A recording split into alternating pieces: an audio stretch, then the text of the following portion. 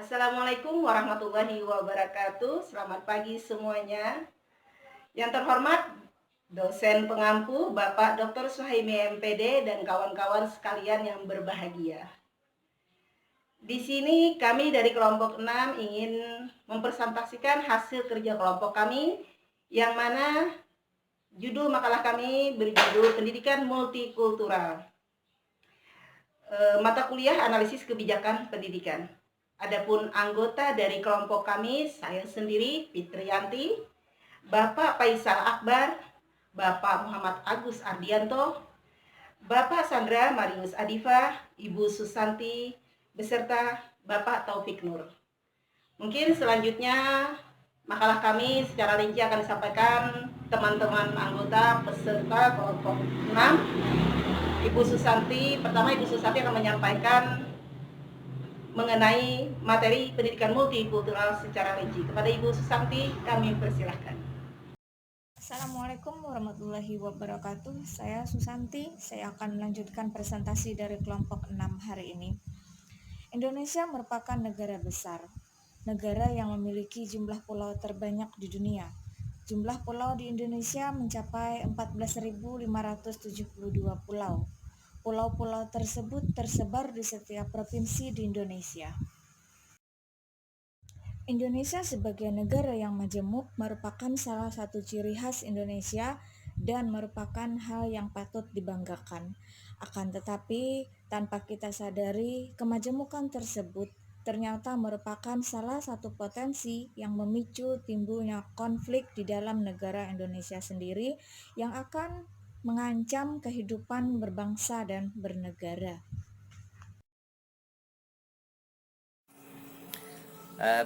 Saya akan membantu penjelasan dari Ibu Santi ya terkait dengan keberagaman yang kita miliki. Nah, yang terkadang memunculkan beberapa konflik. Nah, dalam pendidikan pun pemerintah sudah menyiapkan perangkat untuk bisa mensukseskan tujuan pendidikan nasional. Nah, itu sudah dituangkan dalam Undang-Undang Sisdiknas nomor 20 tahun 2003.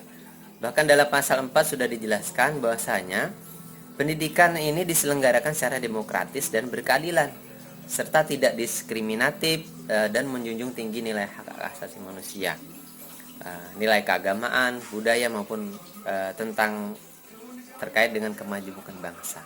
Nah, kalau dari penjelasan pasal 4 ini sudah jelas sebetulnya. Hanya saja dalam implementasinya memang kita harus mengawal bersama, baik itu dari pihak pemerintah maupun rakyat itu sendiri. Jadi harapannya tujuan pendidikan nasional ini bisa tercapai.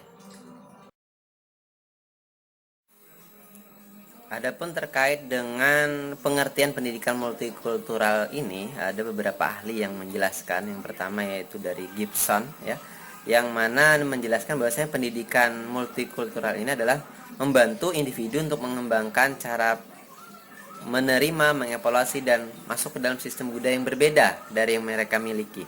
Kemudian menurut Nito, pendidikan multikultural ini adalah pendidikan yang bersifat anti rasis ya.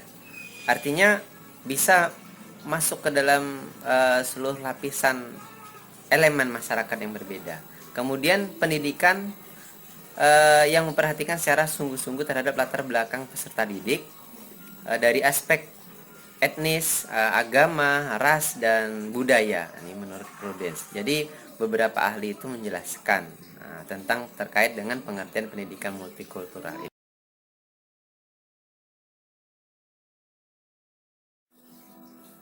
Dari pendapat ahli yang sudah dijelaskan tadi, intinya kita bisa merangkum bahwasanya tujuan pendidikan multikultural ini adalah untuk menanamkan sikap simpati, sikap respek, kemudian sikap apresiasi serta empati terhadap penganut agama dan budaya yang berbeda.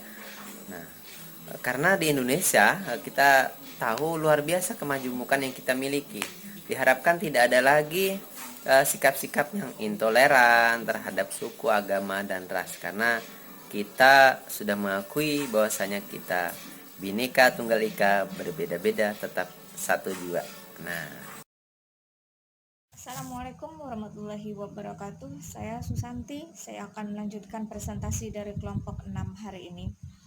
Indonesia merupakan negara besar, negara yang memiliki jumlah pulau terbanyak di dunia. Jumlah pulau di Indonesia mencapai 14.572 pulau. Pulau-pulau tersebut tersebar di setiap provinsi di Indonesia.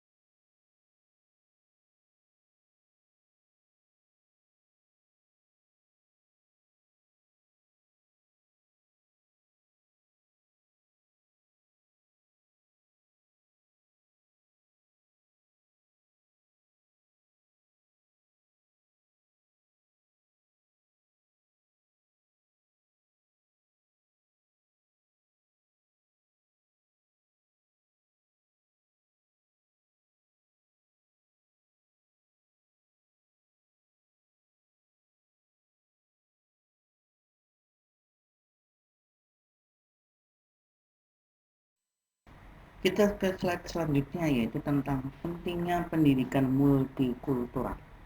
Yang pertama, sarana alternatif pemecahan konflik. Yang kedua, agar peserta didik tidak meninggalkan akar budaya. Ketiga, sebagai landasan pengembangan kurikulum nasional. Dan yang keempat, menuju masyarakat Indonesia yang multikultural.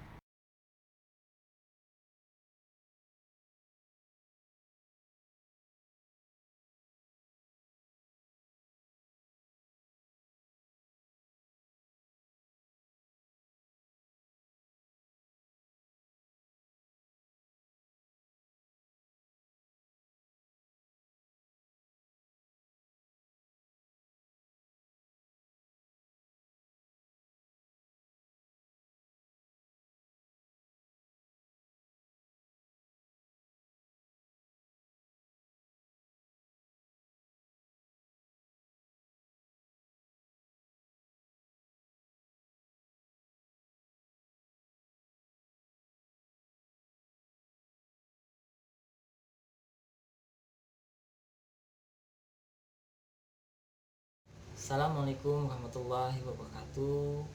Saya Taufik Nur akan melanjutkan tentang pendidikan multikultural.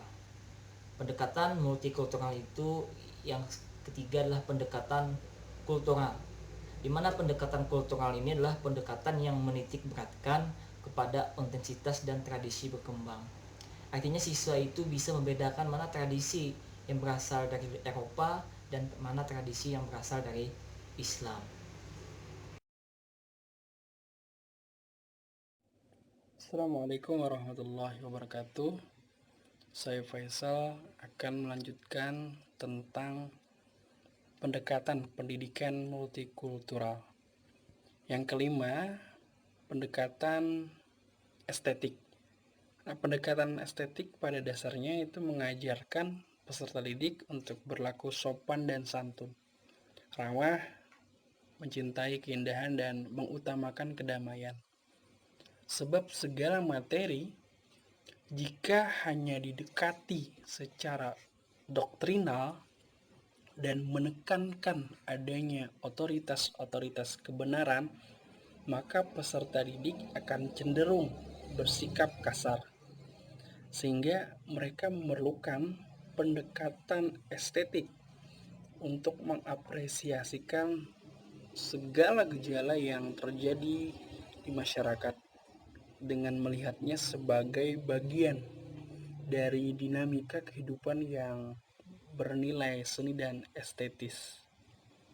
Selanjutnya adalah pendekatan berperspektif gender. Pendekatan ini mencoba memberikan penyadaran kepada pembelajar untuk tidak membedakan jenis kelamin antara laki-laki dan perempuan. Sebab sebenarnya jenis kelamin bukanlah hal yang menghalangi seseorang untuk mencapai kesuksesan, melainkan kerja nyata yang dilakukannya. Jadi pendekatan ini hendak mengapresiasi seluruh kemampuan dan keunikan yang ada dari setiap manusia, baik laki-laki maupun perempuan. Kesadaran multikultural membantu peserta didik mengerti, menerima, dan menghargai orang dari suku, budaya, dan agama yang berbeda. Terima kasih. Assalamualaikum warahmatullahi wabarakatuh.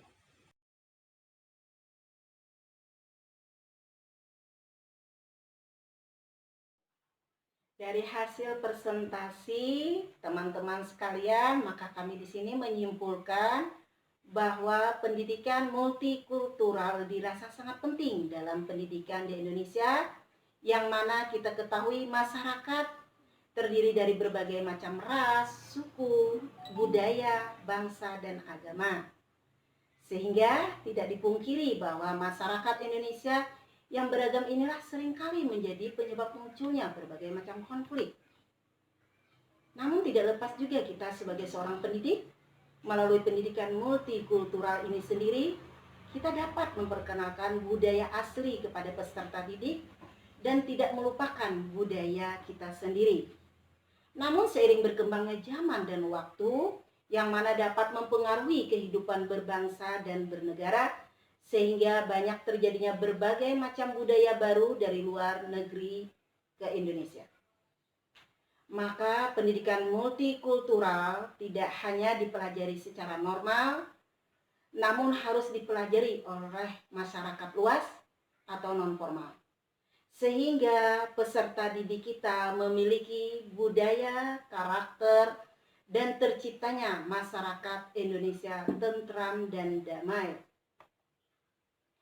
Dari hasil presentasi kami semuanya, kami harapkan kepada teman-teman memberikan sebuah komentar, baik berupa saran, kritikan, ataupun pertanyaan, yang mana kedepannya dapat meningkatkan dari hasil atau makalah kelompok kami. Kami akhiri dengan wassalamualaikum warahmatullahi wabarakatuh.